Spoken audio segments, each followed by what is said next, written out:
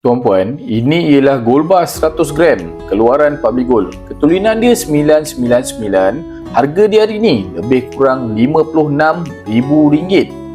Ada yang tanya saya, macam mana nak dapatkan gold bar 100 gram macam ni? Sebenarnya ada dua cara. Yang cara yang pertama, boleh buat belian secara terus. Kalau tuan-puan ada duit cash RM56,000 lebih kurang, boleh terus daftar sebagai ahli Public Gold secara percuma dan kemudian boleh terus buat pembelian online je. Cara kedua, kumpul sikit-sikit melalui akaun emas gap di Public Gold. Anda boleh mula serendah RM100 je. Ada RM100 dah boleh mula di akaun emas gap. Bila dah cukup 100 gram dalam akaun, boleh terus arahkan sistem untuk keluarkan gold bar 100 gram tadi tu.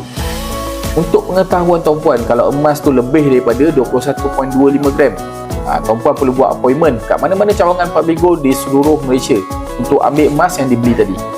Kalau tuan-puan nak mula menyimpan emas di bawah bimbingan saya, daftar percuma je dan mula dengan simpanan minimum RM100 untuk aktifkan akaun.